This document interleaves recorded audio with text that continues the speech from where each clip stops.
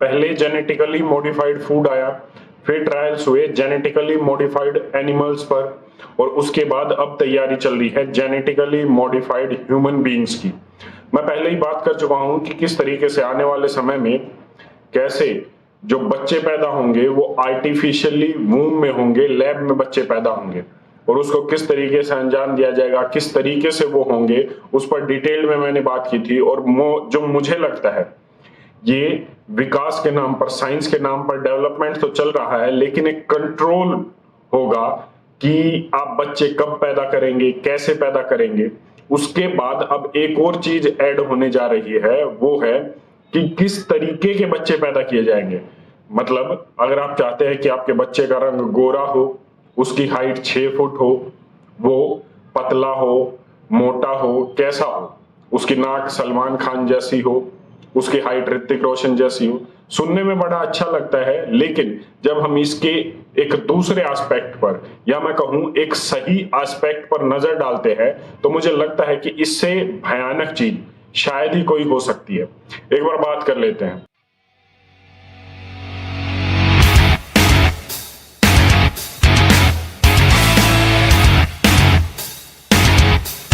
अगर आप ये कहें कि हमारी सबसे कीमती चीज क्या है हमारे लिए, तो आप कहेंगे सोना, चांदी, घर, गाड़ी, बंगला। लेकिन मैं ये कहूंगा हमारे पास जो सही मायने में सबसे ज्यादा कीमती चीज है वो है हमारा डीएनए। मैं आपको बता दूं कि हमारे डीएनए में 2, 5, 10, 100 साल पुरानी नहीं, हजारों साल पुरानी इंफॉर्मेशन होती है। और अगर इसी इंफॉर्मेशन को ऑल्टर किया जाए, इसको चेंज कर दिया जाए, बदल दिया जाए, तो कैसा होगा? तो मुझे लगता है कि वो सबसे बड़ी, या मैं कहूं सबसे भयानक चीज होगी। वैसे तो इसकी एक अच्छी एस्पेक्ट भी है।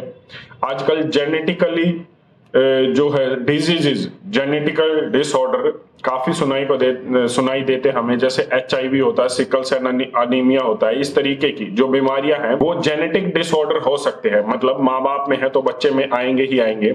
तो एक टेक्निक है क्रिस्पर टेक्निक, जिसके लिए जेनिफर और इमैनुअल को 2020 में नोबेल प्राइज मिला था।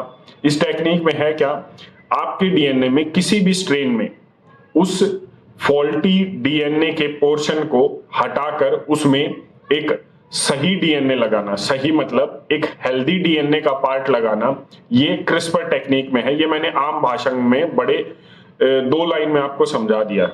अब ये क्रिस्पर टेक्निक से होता क्या है, मान लीजिए किसी भी बच्चे को एक कोई भी जेनेटिक बीमारी है, तो उसके डीएनए को पहचान कर ली जाएगी कि किस पोर्शन की वजह से बीमारी है, उसको हटाकर और वहां पर एक आरएनए अटैच कर दिया जाएगा।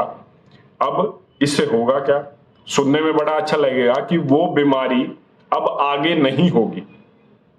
इसका एक उदाहरण भी सामने आया था 2018 में। चाइना ने क्या किया था, एक एम्ब्रियो में से जिसकी मदर को HIV था, उस एम्ब्रियो में से उस एम्ब्रियो के डीएनए को चेंज करके उस जीन को, डीएनए की सीक्वेंस को रिप्लेस कर दिया था, जिसकी वजह से HIV था।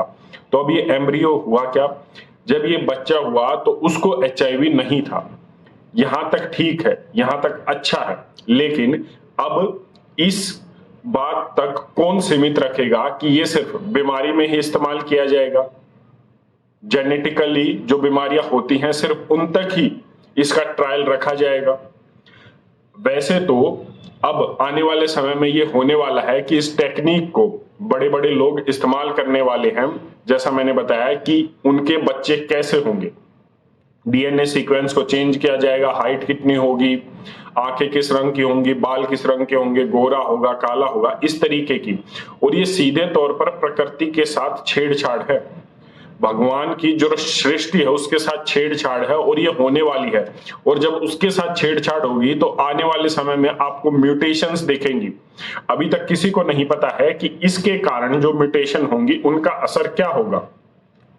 क्रिस्पर टेक्निक को खुद इजाद करने वाले इमैनुअल कहते हैं कि ये सबसे भयानक रूप ले सकती है अगर इसका गलत इस्तेमाल किया गया तो।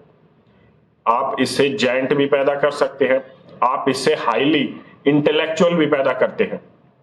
अगर मैं बात करूं मोबाइल की, तो मोबाइल जब आया तो हमने ये देखा कि इससे काफी सहूलियत हुई थी, लेकिन आज मोबाइल हमारे जीवन में बड़ी बड़ी परेशानियां भी पैदा कर रहा है। एक तरफ जहां वो जानकारी देता है, इंफॉर्मेशन देता है, अच्छी चीजों के लिए भी इस्तेमाल किया जाता है, लेकिन गलत चीजों में भी इसका बहुत बड़ा रोल आ रहा है। आज बच्चों को बिगाड़ने के तौर पर, या मैं कहूं बच्चों को खराब करने के लिए भी इसका इस्तेमाल किया जा रहा है, लेकिन इस चीज को आज हम रोक नहीं सकते। क्रिस्पर एक ऐसी टेक्निक है जिसका आने वाले समय में कुछ हद तक ठीक इस्तेमाल तो किया जा सकता है, लेकिन इसका गलत इस्तेमाल कितना ज्यादा होगा वो मुझे लगता है आपको अंदाजा हो गया होगा। एक और बात, आप इस डेवलपमेंट को, आप इस विकास को नहीं रोक सकते हैं, तो हम करें क्या? आप सिर्फ इससे बच सकते हैं जितना आप बचना चाहें। इससे ज्यादा आपके पास कोई समाधान नहीं है, क्योंकि इस पर गवर्नमेंट्स प्रोजेक्ट लेकर इन प्रोजेक्ट्स को फंड कर रही है ताकि ये धीरे धीरे इन इनिशियल स्टेजेस में आए। जैसे सिकल सेल एनीमिया जो एक जेनेटिक डिसऑर्डर है, एक जेनेटिक बीमारी है, उस बीमारी को ठीक करने के लिए सरकार ने एक फंड दिया है। अब कहने को तो ये अच्छा है क्योंकि सिकल सेल एनीमिया एक खराब बीमारी है और जिन लोगों को ये बीमारी है उनके लिए ये प्रोजेक्ट बहुत फायदेमंद होने वाला है, लेकिन जब इसका गलत इस्तेमाल होगा तो क्या होगा? सवाल सिर्फ यही है कि जब गलत इस्तेमाल होगा तो उस पर रोक क्या होगी, उस पर कानून क्या होगा? क्योंकि अगर हम भारत जैसे देश की बात करें तो कानून से शायद ही कोई व्यक्ति डरता होगा, क्योंकि हमारे यहाँ जो कानून है वो इतना लचीला है कि लोगों को इससे डर लगना अब लगभग खत्म हो गया है। आप इस पर अपनी क्या राय रखते हैं, एक बार कमेंट करके जरूर बताएं। धन्यवाद। जय हिंद।